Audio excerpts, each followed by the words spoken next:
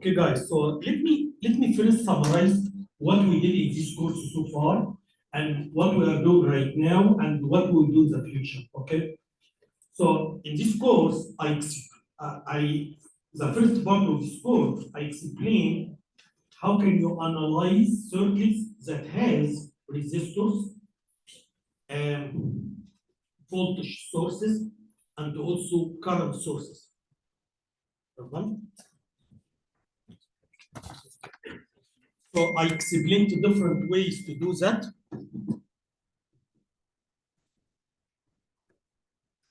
And also, I explained the relation between voltage and current in each one of these. Okay, so as you know, in resistance, the voltage V, the current is I. The relation is V is equal I times R. Okay, I is called resistance. You can tell from the English name resistance. So that means the higher the resistance, because you are resisting the current, So the higher the resistance, so the lower the current, for sure it's the same voltage. For the voltage sources here, for example, if here this one is 5 volt, that means this is point A, point B. That means always point A. Just want to make sure the mic is okay. It's okay. Okay, so that means this is point B. That means always VA has to be greater than VV by 5, regardless of how the network looks like. So the voltage is constant, equal to this value. Okay. What may change is the current. So the current depends on the circuit, how the circuit looks like. Okay. For the current source, for example, if I tell you the current here is 5 milliampere, okay, that means the current here is fixed 5 milliampere, and depends on what resistance you have here, or depends on how the network looks like, the voltage across this one may change. So the voltage can be different, okay, depends on what resistance you have here, but the current is always constant. It's this current source, okay. That's what I explained. After that, I explained op-amp. It's like a circuit element as well. I explained if the circuit has op-amp, how can you analyze the circuit? How can you find the current, the voltage everywhere? And then after that, I explained how can we use the op-amp to make amplifiers. And these amplifiers are two types, can be inverting or non-inverting. Also, I explained how can we use this last chapter, how can we use op-amp to create a summer circuit. Summer means if you have input V1, V2, V3, so V output can equal to V1 plus V2 plus V3. It can be multiplied by something if you want. It can be multiplied by 1, it can be multiplied by 2, whatever you want, but physically you just add the voltages here. Also, I explained subtractor. In subtractor, V out or should equal to V1 minus V2, okay? It also can be multiplied by something, but here the output is actually proportional to the difference between the two inputs.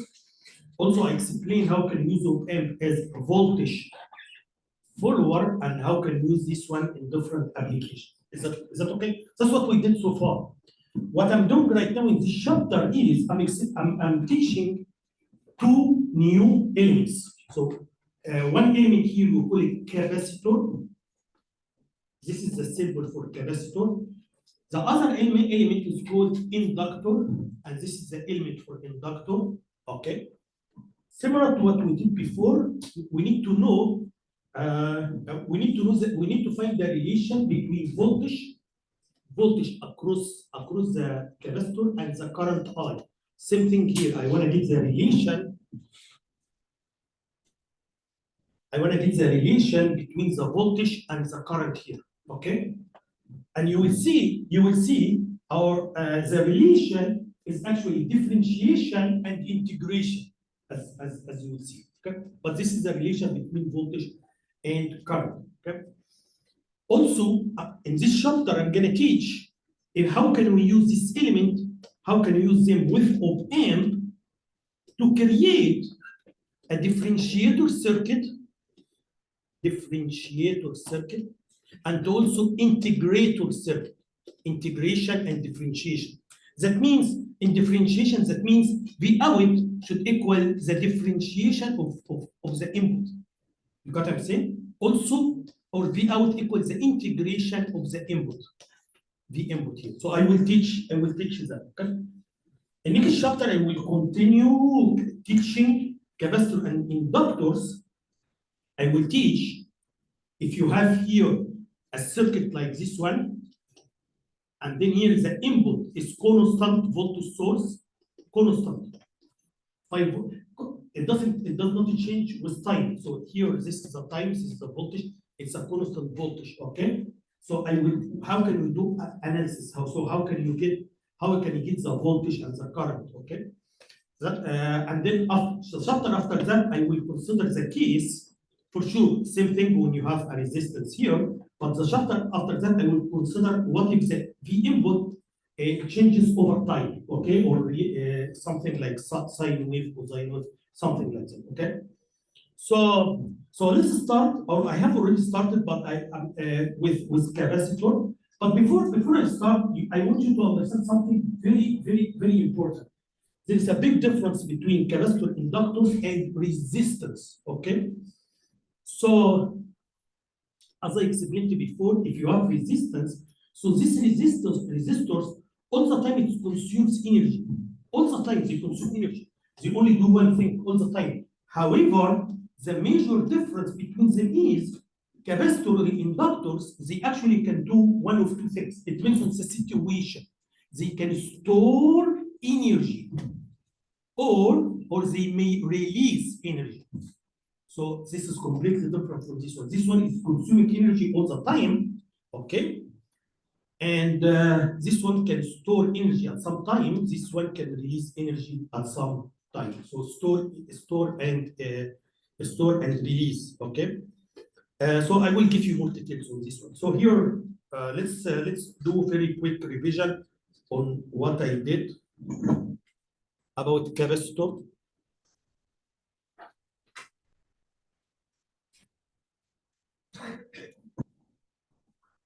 Yeah. So as I told you last time, capacitor is actually this is how it is made. You have two parallel conducting plates. Conducting means it's made of metal, conducting, okay? And then between these two plates, we put an insulator between them.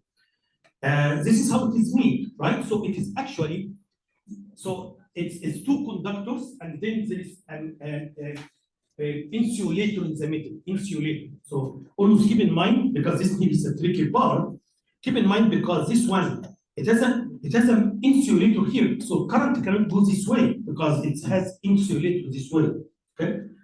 But the current will do something else as we will explain, but that's what you need to keep in mind. We have insulator here, we insulate it, okay? So what happens is that when you connect the source this way, so actually charges, positive charges come here, negative charges come here, and energy is stored here in in the form of electric field, okay? This is when it stores energy. So I also can, as I told you, so for example, for sure I will give you more details, but if you have something like that, here resistance, I put a capacitor this way, so actually the capacitor has to charge. Once it is charged, so it's storing, so this one is actually storing energy. Then, if I disconnect this circuit this way, okay, and then I bring something like a resistor here, or a lamp, or an LED, whatever device you put here, at this time, this capacitor can discharge or release energy. That's why I'm telling you, this is different from resistors. Resistors are consuming energy all the time.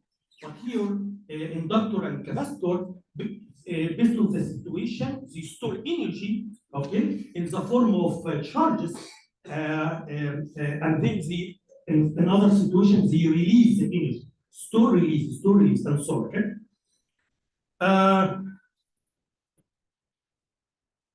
this is some pictures for how they look like in practice. Okay, as you see here, there is something resistance. We measure the resistors. We measure them in parameter called resistance. Okay, and this parameter is measured in ohm. Okay, and the higher the number of ohms, that means this resistance is resisting. Okay, for the air we consider resistance like infinity. Okay, so very very high resistance. Same thing for plastic or any insulator, they have very high resistance.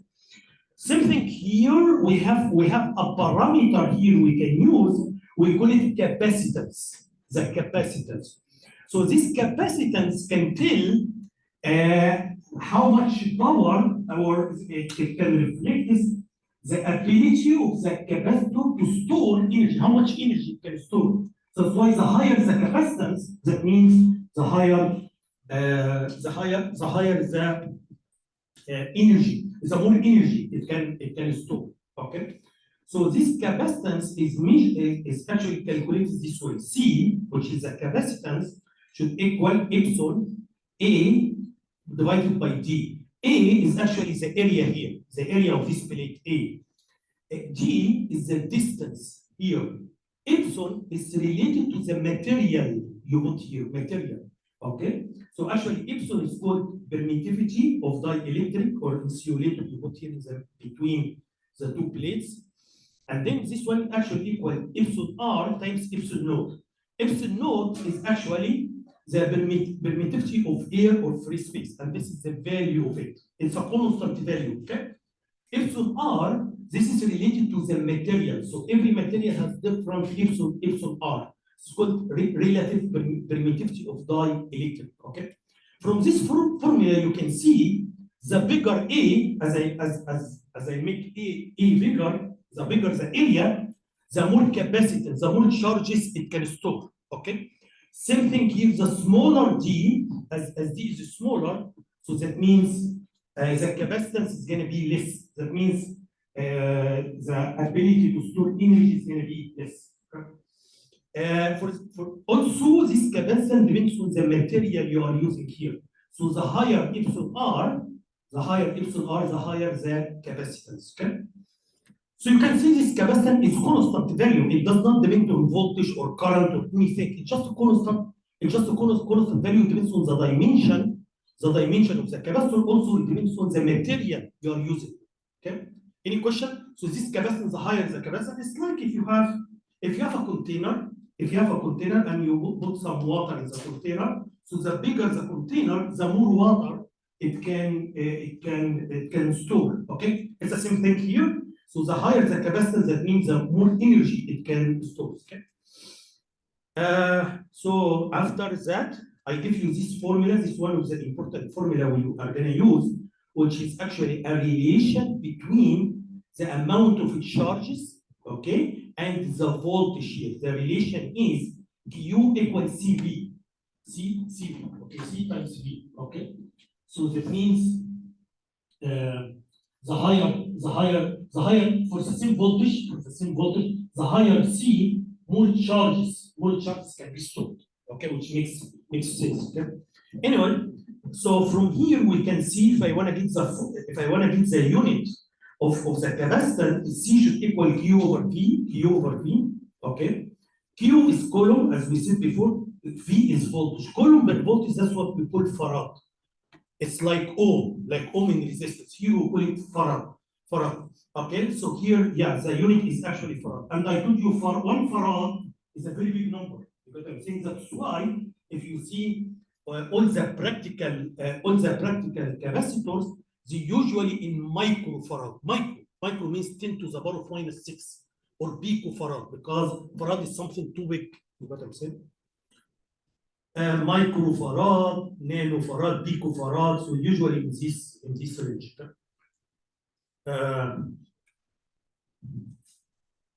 One more thing you should understand here is, and you will understand better in next chapter is, but you need it here as well. But more details are gonna come in next chapter. Look here. If you have here a capacitance this way, and then I have here a constant voltage source, constant. For example, 5 volt, constant. Okay. What happens is that current is gonna come here, and because of this current, it charges the move. The charges are gonna move from here to here. Okay. The charges also is gonna move from here to here. Okay. And this is current, because when charges moves, this is the definition of current. Charges moves. Okay. So, but this is the most important thing. But this cannot continue, because keep in mind what happens here actually is, we have here, this is the relation between time and current, okay? So we start with, in the very beginning, we have very high current, assuming the capacitor was empty. In the very beginning, it was empty. We're gonna start from very high current, and then it's gonna go until it is zero current. If you look at the voltage, what happened to the voltage? So actually, here, for example, if you have 5 volt or VS, whatever you call it, VS. So what happens here, related to this one here, you can see the voltage will become this one. So what happens, time is, current is gonna flow only for a short period of time. And that's what we call a transient time. So just in the very beginning, very short period of time, current is gonna flow until the voltage here becomes 5 volt, okay? And this, again, I'm talking about very specific case, when the input here is constant with the time, so it does not depend on the time, okay?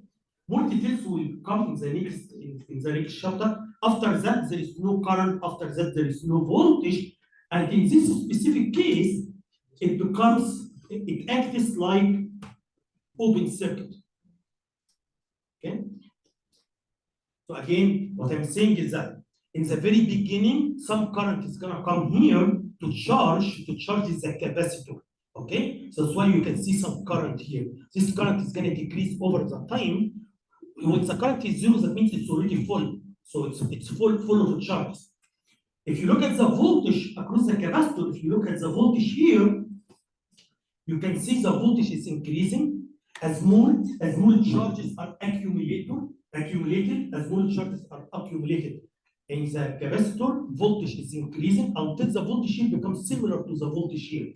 So the voltage here is going to also be 5 volt, which is true. You know why? Because there is no current here, so the voltage drop here is 0. There is no voltage drop. So if this one is 5 volt, this one also should be 5 volt, because there is no current. Again, I am talking about very specific case when the input does not depend on the time. When the input is EC, it changes over the time. That's a different situation. Okay? And there is also, this is how it works. More details are gonna come in next chapter. Also,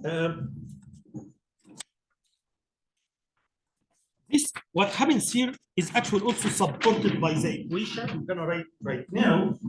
So I give you one, we have here Q equals C times V. This is the first formula we have.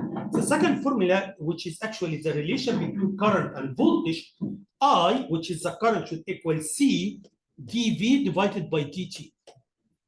Very important. So this is the relation, this one is the relation between the current, okay, and between the voltage across a capacitor. So this equation similar to Ohm's law, but Ohm's law in resistors, this is the relation here in case of capacitor, okay? If you look here, this equation is gonna support our claim here, because V is constant. You know the differentiation of constant equal to 0. You got what I'm saying? When V is constant, okay, it does not change over time. So that means this differentiation becomes 0. That's why the current becomes 0 here. Any question? So this is the relation between I and V. Is the differentiation. I should equal C dV dt. Okay, change in the voltage. Yes. On those graphs, is that current and voltage across the capacitor? Yes. Yes. This is the current here, I, and this is the voltage across the capacitor. Yes. Okay. In the beginning, we have too much current, and then it's gonna go to 0. Okay, and then the voltage is gonna increase over time until it becomes 0. Okay, I told you in the very beginning here we call it transit time, just in the very beginning. After that, we call it state time, steady state time. In next chapter, I will explain it in more details. You got what I'm saying? Steady state. In steady state, there is no current and becomes like open circuit this way. Any questions? Okay, so now I got a relation between I and V. You know, in calculus, if I is the differentiation of V, so actually V is the integration of I. Okay, that's what I will do right now. So now, you can use this if you have V and you want to find I, you can use this formula. From this formula, I want to get another formula which gives you V as a function of I. Okay, so that if you have I, how can you get V? Okay, which will be integration. That's why you will find here the relation between I and V is differentiation, and V and I is integration. Okay.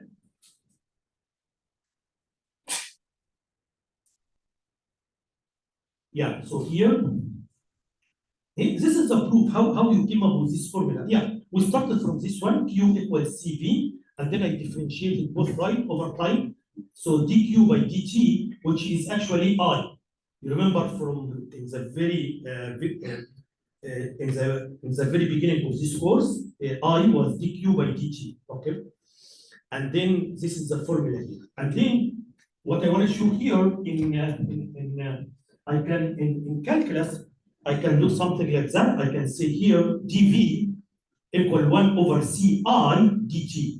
Okay, and then I can do integration. Okay, if I do integration, that means the voltage is actually equal 1 over C is a constant, so I can get it out. C is constant, so I can take it out. I integration from negative infinity to T I dt. I, it changes over time. I, okay? So here, and then I'm gonna split this period from negative infinity to T. I'm gonna split it from negative infinity to T0 or T naught plus T naught to T, okay? And as we did before, we did something like that before when I got relation between Q and I. But anyway, so this part I can take it and I consider this is the initial voltage. What was the initial voltage across the capacitor? Okay, again, everything here is just across the capacitor. Voltage or current or Q is everything here related to the capacitor. Okay, so here I can say V is actually the initial voltage. If it is 0, just put it 0. Okay, plus 1 over C is the integration of I dt. Okay, so this is actually the relation between V and I of the capacitor. If you have V, so make it very simple, very simple. If you have the voltage and you want to get the current, all what you have to do, you have to differentiate the voltage multiplied by C, and this should give you the current. Okay. If you have the current and you want to get the voltage, so you need to do this integration this way. Okay. And the initial, this is the initial value. If you don't have it and you want to calculate it, this is the way you have to calculate it. It's actually the integration from minus infinity to T I dt. Okay. The next thing I wanna also calculate is the stored energy.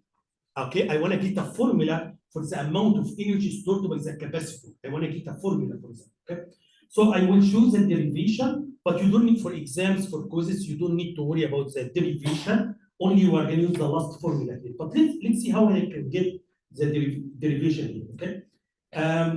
You remember we had a formula before, which was power should equal I times V. This is power.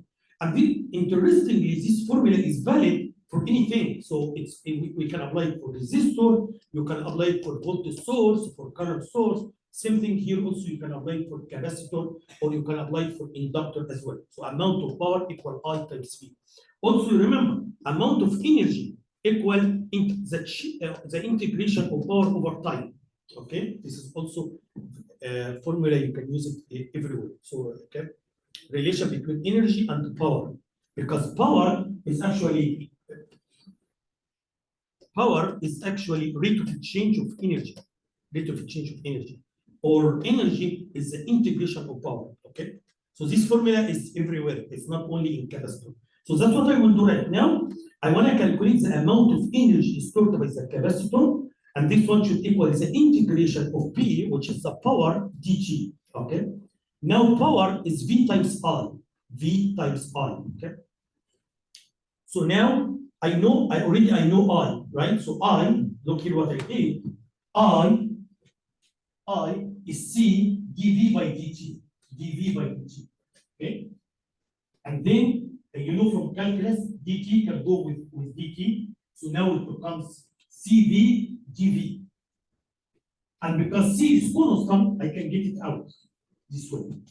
So now it becomes the integration of V dV.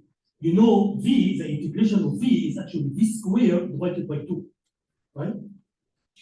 And the limits here between negative infinity and T, and then you can plug in. The final formula you can get here is actually after you plug in, is actually half CV squared, half CV squared, okay? Or I can change V by Q over C, okay? So now it becomes Q squared divided by 2C. Before I move forward, I just want to summarize these relations. You don't need to worry about the derivation, but you need to know the formulas. I'm gonna summarize them because the interesting thing you will see right now when I teach inductors, you will find the same equation. We have almost the same equation, but we're gonna do some little changes. Okay, so you will see right now. But let me summarize the changes we have here. Okay, so Q should equal CV. You have always to keep in mind C is constant. Okay? Q can be function in time. V can be function in time. Okay. This is the first formula you should know. Next, I should equal C dV by dt. Okay. I also can be function in time. V can be function in time. C is constant. Now, V, if you have V, should equal Vt0, the initial voltage plus 1 over C, the integration from T0 until T, I dt. And if you don't have this, usually it's given in questions, but if you don't have it, so this is the way we calculate it, is actually from negative infinity to T0, I dt. The last formula we have, so here, this is the voltage, this is for, this is for current, this one for the voltage. The last one we have is how much energy, our stored energy. So the stored energy, W, should equal to half CV squared. Okay? Which makes sense. You can see here that for the same voltage, the higher the capacitance, for the same voltage, the higher the capacitance, the more energy it can store, which makes sense. Okay? Anyway, it's also the same thing if I can say this one should equal, I can take this one and just plug it in here. So this one, it's the same thing if I say half U squared divided by C. Any questions? So what I will do right now, I will give you several examples. In some examples, I give you the voltage. So here I give you the voltage. So all what you have to do, if I give you the voltage, I ask you to calculate the current. So you have to use this formula, very easy. In some questions, I give you the current, I ask you to calculate the voltage. Okay? If you have the current, if you have the current and the voltage, if you have I and V, so easily I can calculate the power. Because the power should equal I times V. And also if I know V, I can easily calculate W, which is the energy stored. Okay? Also, because V is function in the time, W is function in the time as well. Okay? So let's see some examples here. Just it's very straightforward application of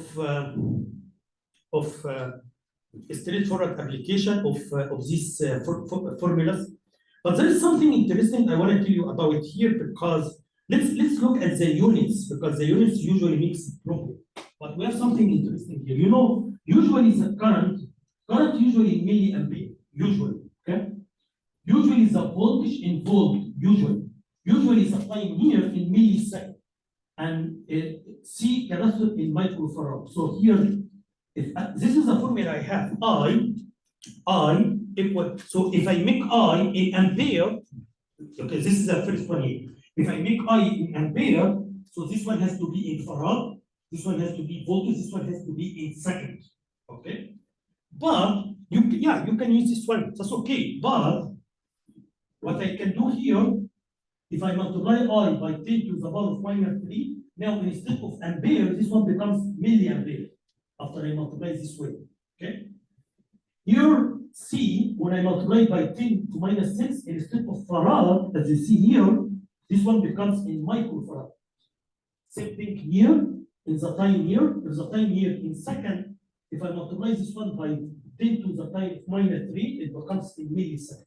So anyway, so if I do this way, you can see here, this one, if you just do cancel this one with this one, the result is 10 to the power of minus 3, and then we have here 10 to the power of minus 3. So what I want to say, is, if this one is ampere, this one can be farad and voltage second, okay? But usually we are not going to use this one. Why? Because usually this one is not in farad. Usually it's given to me in microfarad. So maybe you can use this formula. The good thing about this formula here is, if I in milliampere, you are going to get it milliampere, so C has to be in microfarad, time has to be in millisecond, voltage should be in the voltage should be in volt, okay? Anyway, so the good thing about this one, you don't need to worry about any conversion. As long as I in milliampere, this one is microfarad, okay? About the conversion of this microfarad. So this one can be correct one. Or if you don't like what I did here, you can keep it ampere, farad, but you have to now, because I'm not going to give you C in farad, because I told you one farad is too big. Okay, so C is going to be in microfarad. So you have to put here 10 to the power of minus 6, or whatever you like. So if you want to use this formula, but you have to consider when I tell you this is microfarad, okay, you have to multiply here 10 to the minus 6. Okay, you can use this one, it's totally fine. Or maybe this one is more practical, because usually most of the time current in milliampere, C in microfarad, time here in milliseconds. So whatever, just this is about micro and milli, so it should be easy. If you want to use this one, that's okay. If you want to use this one, also that's okay. But if you use this one, and I give you C in microfarad, so you have to write it here 5 times, for example, it is 5 microfarad. You have to write here 5 times 10 to the power of minus 6, okay? This one in farad, and then whatever you are going to get in ampere. But I think this one can make the calculation easier, but whatever you like, as long as you did correctly, it's okay.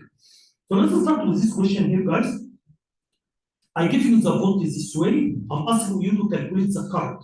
Very easy application. By the way, if you go to the first chapter, I think it was the second chapter, this is similar to when I did, and this I think was the first quiz, the relation between I and Q. So it's almost the same thing, right? Because the relation between I and Q, it was differentiation and integration. So almost it's the same thing. Okay? Anyway, so here I should equal C dV by dt. So here, what I'm gonna do right now is also I'm gonna differentiate this one. So I'm gonna split it here into, you have here some before 0, okay? The voltage is 0 and the current is 0. And then we have this from 0 until 2. And then from 2 to 3, okay, I need to find what is V here, okay, which is a straight line. This is also straight line, and then I have to find the formula here, and then I have to calculate the differentiation, and here this one is constant. So let's do it here. Okay, let's start. I know, so again, just very easy. This is the formula you have to use. I'm asking you to calculate the current. To get the current, I need to find the formula for the voltage and then differentiate it. Very easy. Okay? So let's get the formula for the voltage. This is a straight line. You know, for the straight line here, and this straight line is going through the 0. So Y, I think we shouldn't teach this formula. You know, Y equal mx plus b. Okay, b is intercept, y intercept. Okay, this is a straight line. So if there is no y intercept in going this way, so only we have the slope times x.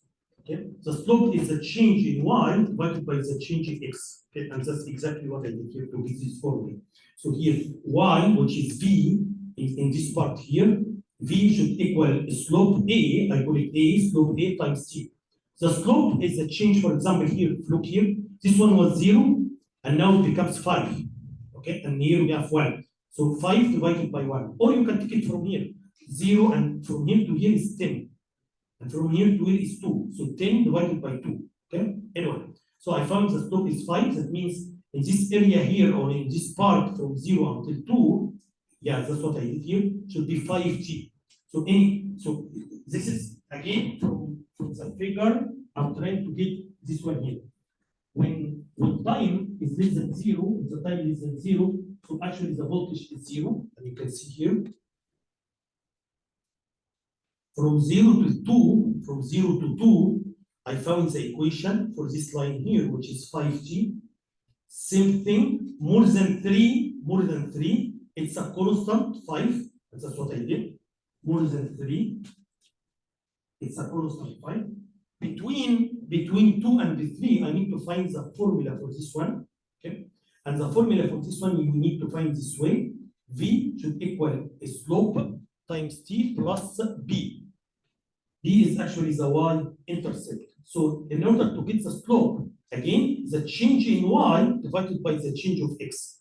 Let's see. So for example, here this one was 10, okay, and here it's 5. So 10, or you can 10 minus 5 divided by the corresponding time here 2 minus 3. Okay, the change in y divided by the change of x. So this one becomes negative 5. Okay, so how can you get b? If I have negative 5 here, how can you get b? Yeah, you can. Any point here, you can plug in any point in this equation, and then you can get b. For example, you can take this easy point here, which is 2 and 10, or 3 and 5. You can plug them in to get b. So anyway, after that, I was able to get the equation of the straight line this way. So now I have v. This is v. It's a different times. This is v. Okay, if you know v, can you get I? Yeah, that's easy. I, okay, should equal c dv by dt. So all what I have to do, just differentiate. Here, because 0, the differentiation is 0, right?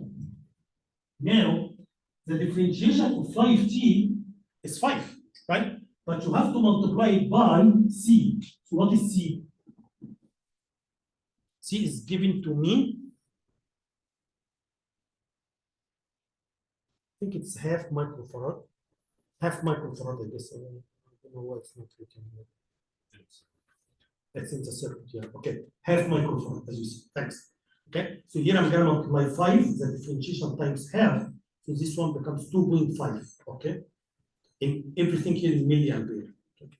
Because when you use this formula, actually, it's going to make the calculation easier because you don't need to worry about this milli and because most of the time this is in milli, most of the this is farad and so on. Same thing here. If I differentiate this one, becomes negative 5. Okay, negative 5. Negative 5. I'm gonna multiply it negative 5 by multiply it by 1 over 5, which is 1 over 2, which is a capacitance. Gives this one, and then after that it becomes 0. So based on what I get here. In this time slot here, on this time, actually the current is 0. Same thing here, the current is 0, okay? And here the current is constant, 2.5. Here it's constant, negative 2.5.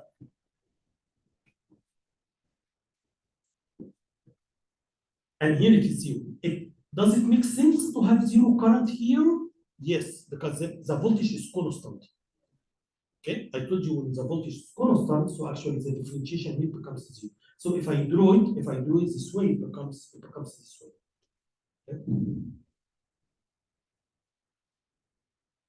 What it means, the current here is a positive and the current here is negative. What it means?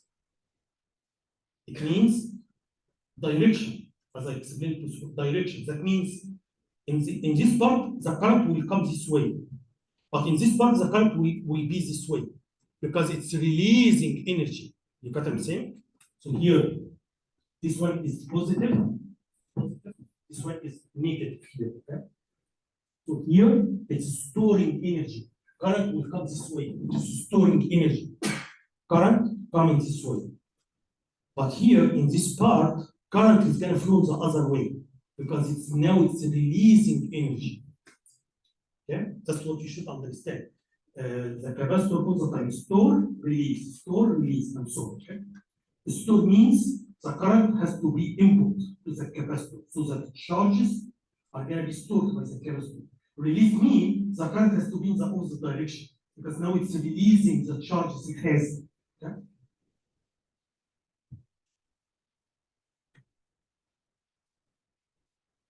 Okay, any questions?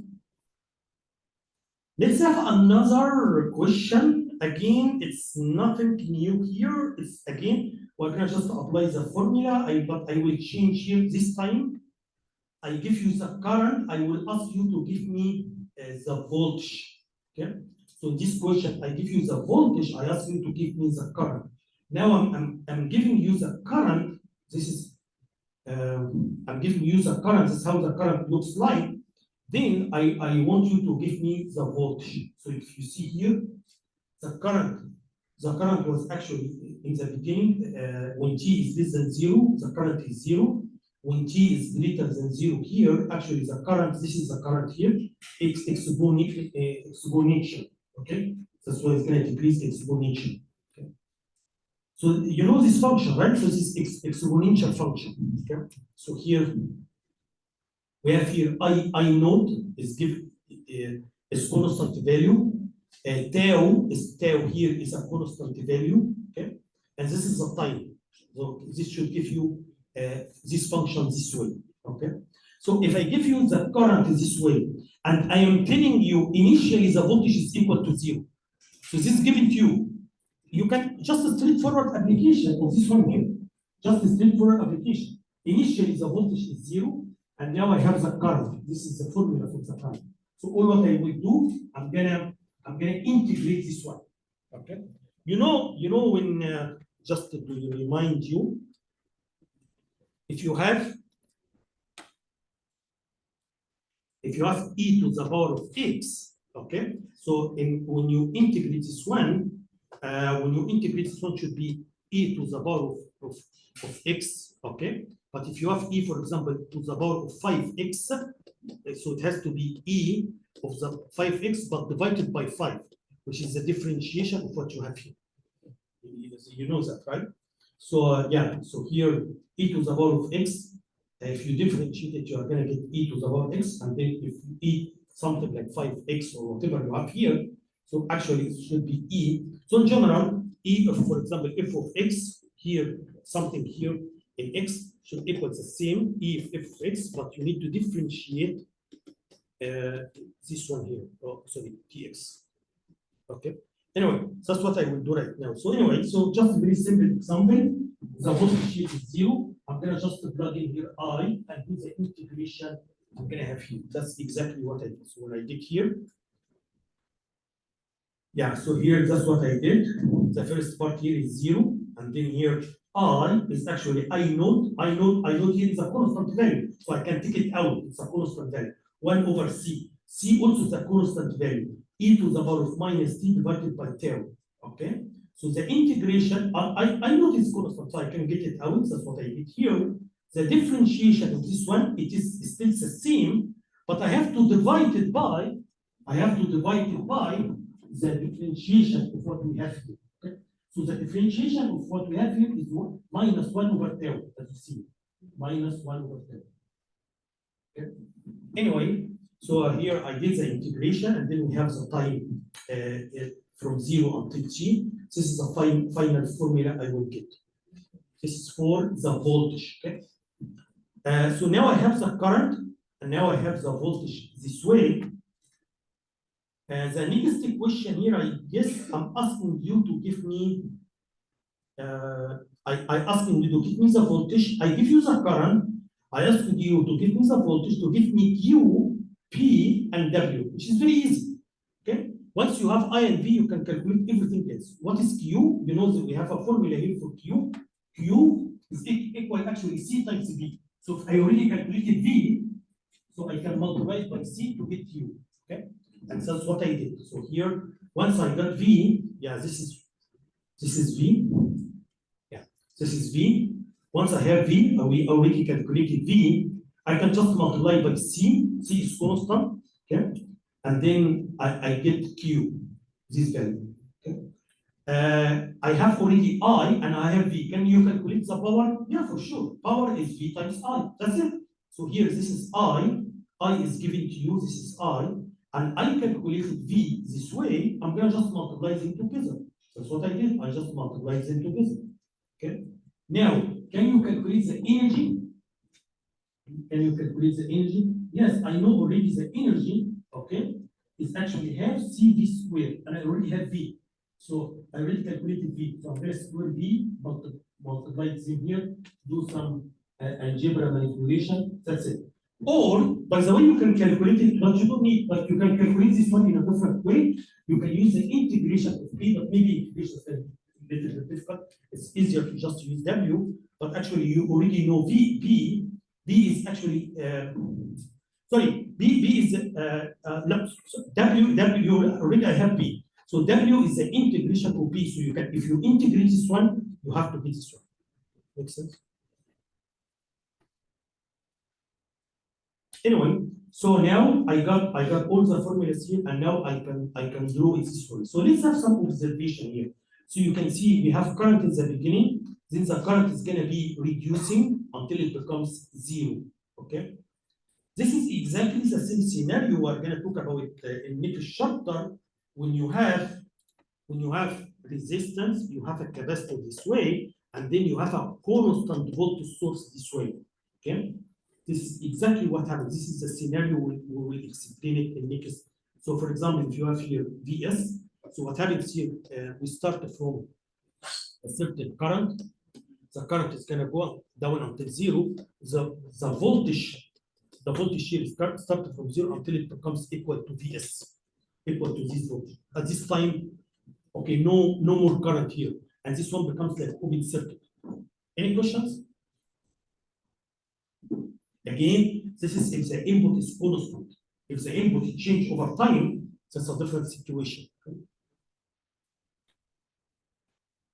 Anyway, so here I can put it I, V, Q. So you can see charges are accumulated until once there is no current is equal to 0, no current. So now the charges are not going to change. No more charges here is coming. So charges should be the same. Anyway, so any questions? Okay. What I want to do right now, guys, is you remember I want to do something similar to what we did before in resistors. Do you remember in case of resistor, if you have here R1, if you have here R2, and then you have here R3, these three resistors are in series, right? Why they are series? Because the same current is gonna flow through all of them, series. So I explained to you before, for example, if you have a source this way, yeah. So this circuit is actually equivalent to if I have here current I, so this circuit is equivalent to if you have here the same voltage source and then only one resistors, I'm gonna call it R equivalent, and the current here I is the same current. The current here is gonna be the same current here. And this is the meaning of equivalent, because something you, what do you mean by equivalent? Equivalent means if I replace this resistor by this resistor, there is no impact, there is no change in the circuit. You didn't do anything. That's why it's called equivalent. No change. Okay? That's why when I took this 3 resistors, replaced it with only 1 resistor, you will find the current here will be the same current. Same thing, the voltage across them is going to be the same voltage across this one. Voltage here is similar. That's why it is called equivalent. Okay? So anyway, so the way we did here, we explained R equivalent equal to R1 plus R2 plus R3. Okay? Same thing when they are in parallel. R1, R2, R3.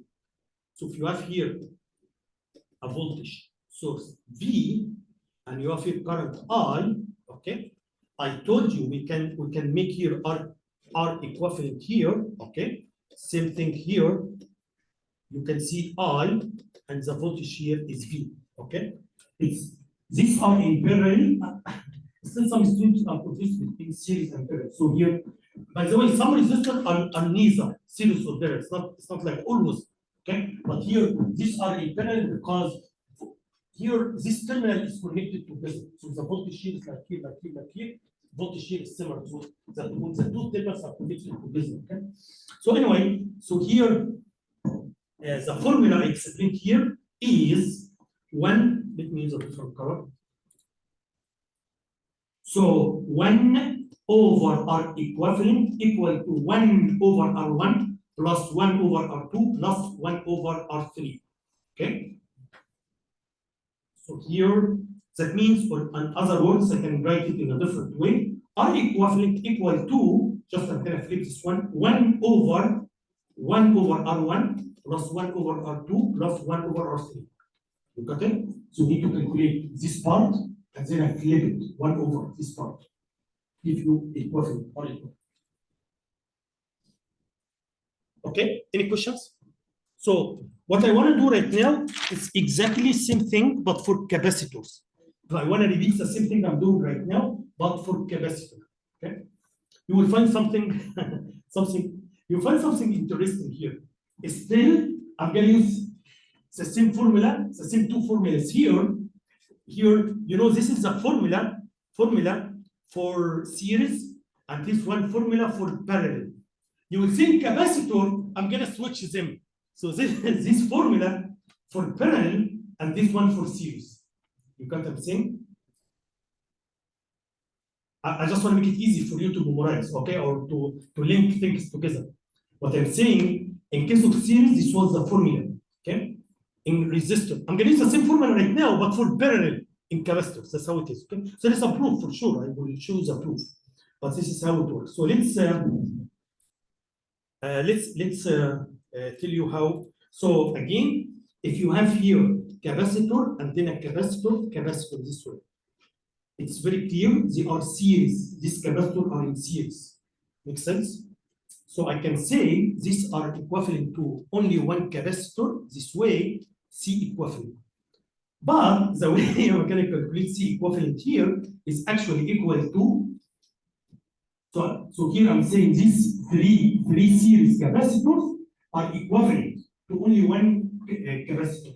Again, what do you mean by equivalent? Equivalent means if I replace these three by this one capacitor, no impact on the circuit. That's why it's called equivalent, right? Equal.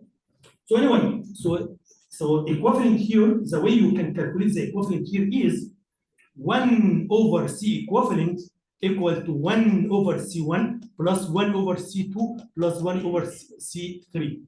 Have you seen something like this one before? Yes, in parallel resistors. You know what I'm saying? So anyway, or C equivalent is actually 1 over C1 plus 1 over C2 plus 1 over C3. Okay. By the way, there is a special case when we have only two. So here, 1 over C equivalent equal to 1 over C1 plus 1 over C2. If you have only two, so actually C equivalent in this case should equal C1 times C2 divided by C1 plus C2. Is that opposite or? Yeah, it's correct. Okay. Same for resistance. Anyway, so this is in case if they are in series. Okay, what about if they are in parallel? If you have parallel capacitors this way. C1, C2, C3. So I can say this one is equivalent to only one resistor, and this resistor is actually, if capacitance, this capacitance is equal to C1 plus C2 plus C3. Any questions? Any questions? When I go to inductor, we have something we call it L, okay? I'm going to explain it. Also, it's equivalent to C now. But when I go to inductor, I will use the same formula again, but inductor will be similar to the resistors. So you can add in case of series, in case of parallel, you will use this one. Interesting, because somehow everything is connected together. You get what I'm saying? So anyway, any questions here on what I'm explaining here? So for sure, this is a formula, if you want to prove this one, there's a very easy way to do it. That's what I'm showing you here. So the very easy way to prove it is actually if you have a voltage here V. Again, you don't need to worry about the proof, but just to understand better the topic. So here, if this is V, you have here V1. V should equal V1 plus V2 plus V3. Okay. Voltage distribution, or also Kirchhoff voltage law, the voltage is going to be distributed. So V should equal V1 plus V2 plus V3. You know from the capacitor V across any capacitor equal Q divided by C. So here I can say V here, V here is actually Q, the amount of charge here divided by C. So Q divided by C should equal to Q here divided by C1 plus Q here divided by C2, Q here divided by C3. Okay. But why you are not seeing Q1, Q2, Q3? Okay, because this Q for this capacitor, this Q, yeah, because they are equal. So all Q's here are equal. Why they are equal? Can anyone guess why the Q is equal? Because these capacitors are in series. So the same current is going to flow in all of them. If the current is the same, Q will be the same. Okay. So here, that's why the correct way I have to say it, I have to say Q1 divided by C1, Q2, Q3, because this is the formula for one capacitor. The voltage across a capacitor equals the Q of the capacitor divided by C of this capacitor. But here, because all of them are equal, because the same current is the series current, so actually it's going to become this way. Okay? So here, from here anyway, you can get this formula. You don't need to worry about the proof. Just all what you need to worry about here, if you have 3 series capacitor, how can you calculate the equivalent C? This way. Okay? It's the same formula we used before for resistors, but parallel resistors. Okay? In inductor, we're gonna inductors are gonna be like resistor as I will explain. Okay? Same thing here. You have here C1, C2, C3 this way. They are in parallel. Now I will say Q1, Q2, Q3. They are not the same Q because the current here is different from the current here, different from the current here. If you have a current here, this current is going to be distributed across them. They have the same voltage, so the voltage here equal to the voltage here equal to the voltage here, but the current is not the same. Okay. So here I have Q1, Q2, and so on. So here I can say.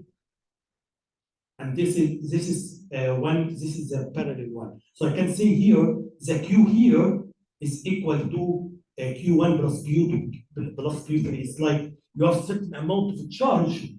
The amount of charge we have here is going to be distributed in here. So if you have here like 100, for example, so maybe here we have, if you add this one plus this one plus this one, so instead of storing this charge in one capacitor, I'm going to store it on 3 different capacitors this way. Anyway, so I can say Q equal to Q1 plus Q2, and you know Q equals C times V. And the voltage here, V, like the same V here, the same V here, the same V here. Okay. Anyway, so if you do this way, you will get this formula, which is the equivalent capacitance here is the summation of this. Again, you may not need to worry about the proof, okay, but again the conclusion is the equivalent capacitance equal to C1 plus C2 plus C3. Any questions? Okay, so here I will give you a very small example here, similar to what we did before when you have resistor and I want to calculate the, so if you have a capacitor this way and I want to calculate the equivalent capacitance, okay, first of all I can see these two are in parallel. So I can, and in case of parallel, I just add them. So 1 plus 2. So I got this one here. You see what I did? So here, this part here, I get equivalent for these two. They are in parallel, so it should be 1 plus 2 equal to 3. Now, I have 3 resistors are in series this way.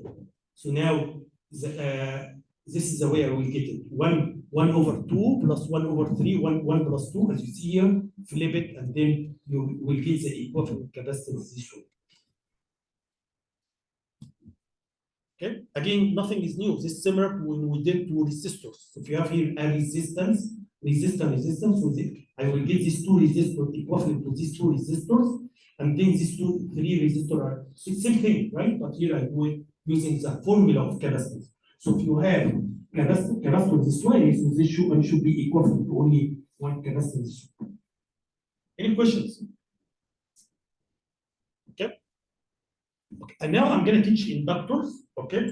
You will find a lot of similarity between inductors and capacitors and resistors as we did before, but you need to keep in mind, as I have just said, inductor is similar to the capacitance. It's a storage. It can store energy. Okay, so inductor can store energy and release energy. It's not all the time, so it's not gonna.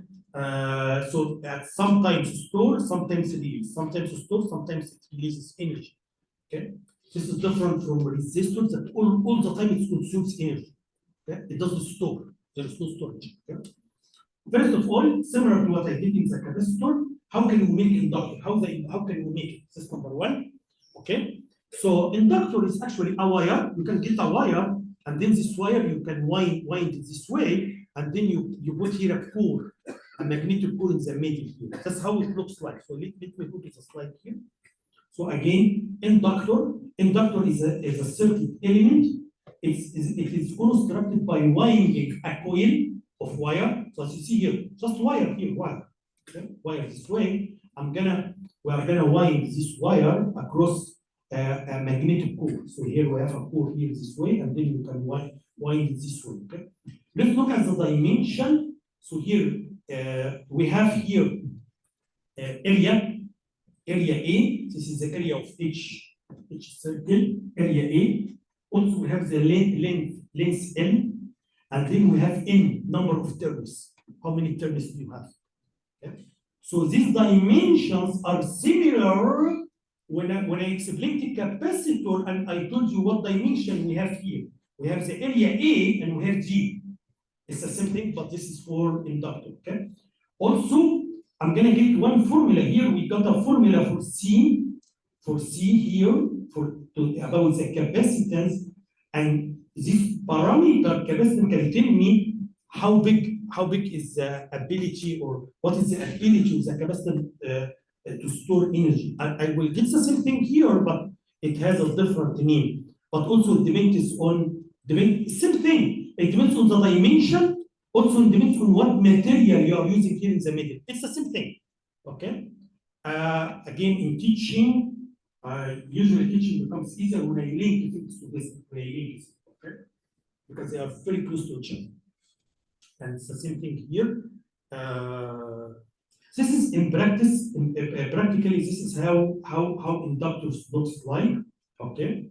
And this is a symbol we're using for inductor. This is the symbol we use. Also, I need to find the formula between V and I. I need to find the formula between V and I. Interestingly, when we find this formula, it's somehow close to the formula we got for the capacitors. Okay. Also, it has differentiation and integration as well. You will see it right now. But again, this is just a wire, So let's talk about here inductance L. So here, this inductance is corresponding to capacitance before. Okay, so here this is corresponding to resistance. You can understand? So when I want to measure a resistance, I measure it in resistance, which is in ohms. If you have a capacitor, I'm going to measure the capacitance or the capacitor or the ability of the capacitor to store energy. Okay, in capacitance. Same thing here. If I want to measure the ability of the inductor to store energy, I'm gonna measure it using what we call inductance L. Okay, and similar to the capacitance L, depends on the dimensions and also material we have here. So actually, L should equal mu n square A divided by L. N square, N is the number of terms. So you can tell here, the more terms I have, the more L, the more energy I can store. More L. Okay. Area the bigger the area, the more L. Okay, L, the smaller L, bigger L. You got what I'm saying? The smaller L. That means if I want to get a bigger L, I have to do many turns in small L. Okay, area should be big. Okay? If you want to get a big L. What is mu? Mu actually, this one is related to the material you are using here. So mu is actually called, we call it the permeability of the material. Okay, so this one is related to the material itself we are using. So mu here again, mu here is the same thing, it's like epsilon. Epsilon we have here in the formula of yeah, so here we have epsilon, and this epsilon, yeah, here epsilon here is related to the material. Here we have mu. Okay, so this is so mu here is related to the material. Okay. So again, similar to the capacitance, we measure the capacitance in farad, right? Same thing here, but here we are going to use a different unit to call it Henry. So we measure L in terms of Henry H. Okay, and Henry is again something too big. So usually we are going to use something like micro Henry or something like that, because practically usually we have from 1 micro Henry until 10 Henry. So that's what I want to say. So Henry is something too big. So Henry can measure L. So and this L, what is L? It's similar to C. What is C? C is a parameter that can indicate how much energy it can store. What is R? What is resistance? Resistance is a parameter that can tell me the ability of this material to conduct or to resist current. Okay, resistance. Same thing here. L is a parameter that can be used to measure the inductor. Okay, the ability of the inductor to store energy. Any question here? Yes. But the capacitor is using potentially the air as a measure to do the relative permeability. Yes. In this, do they not use air? I think yes. The way we use mu here, mu also it has mu naught times mu r. It's the same thing. Okay. Mu similar to epsilon. Epsilon equal epsilon r times epsilon naught times epsilon r. So epsilon naught is for the air, and this one for I think they do the same thing. This is for the material. Okay, so it's called relative epsilon relative mu. Okay, so this is related to the material. This is how we can calculate mu. Okay.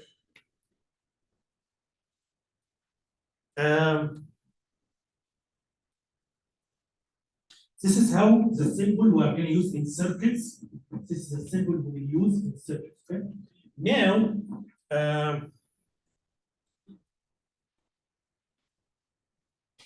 Now, let's come to the relation between I and V, and how this relation is very close to capacitors. Okay. Number one, it's the same like capacitor, but number one, any relation like exhibiting capacitor, you have to switch any C.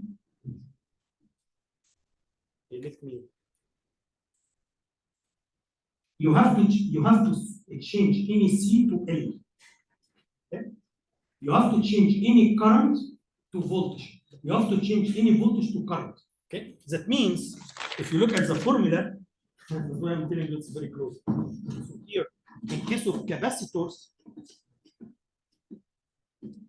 and in case of inductor, in case of capacitor here, as I explained, I equals C dV by dt. Is that okay? So if I want to get here also relation between I and V, okay, so I will apply this part here. So actually V here equal L, I think I am, yeah, di by dt. This is a relation between voltage and current.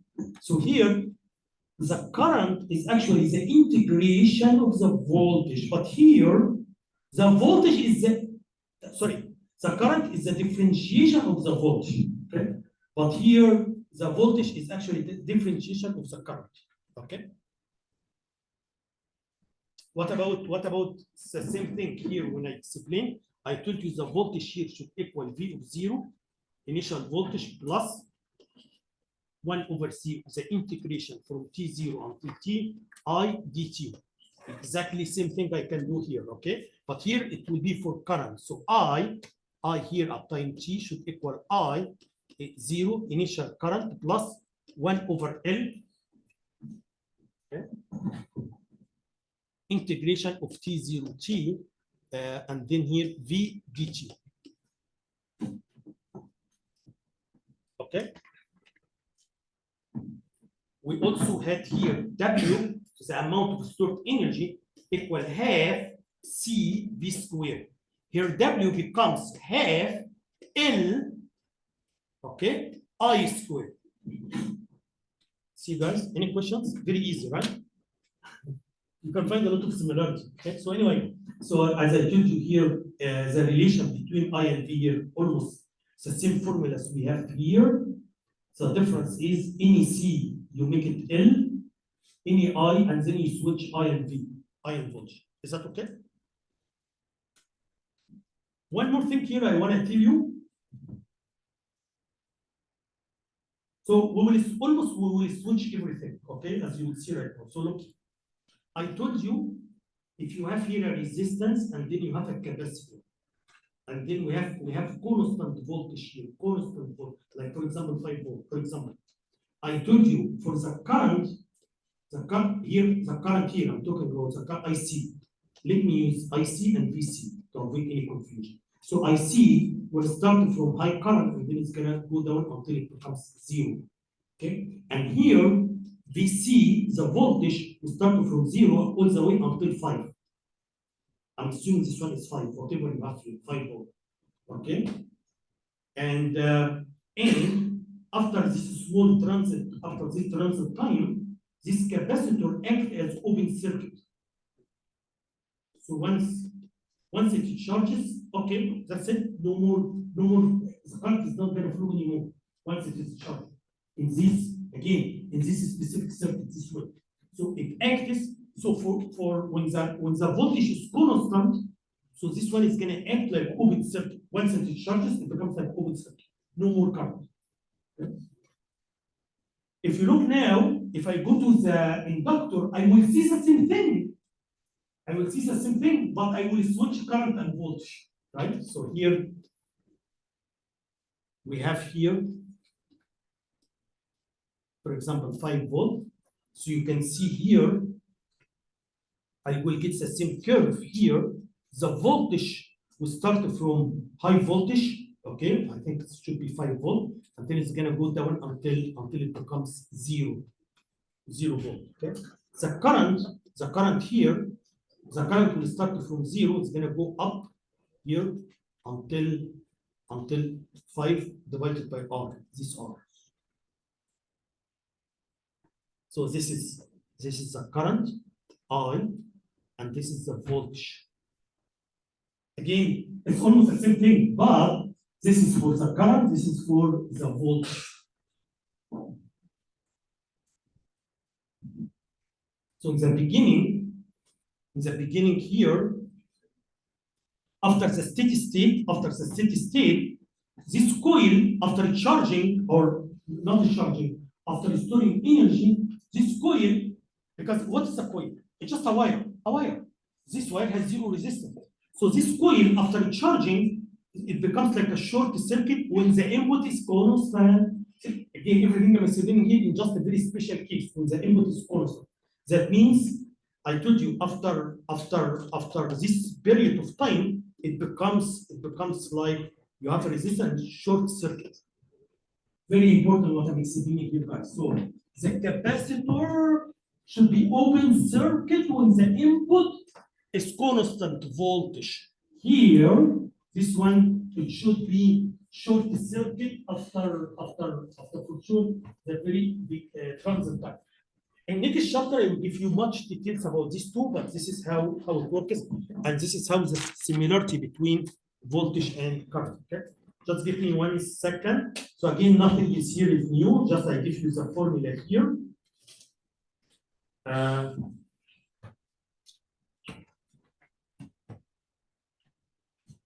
Same thing here for energy. That's what I'm explaining here.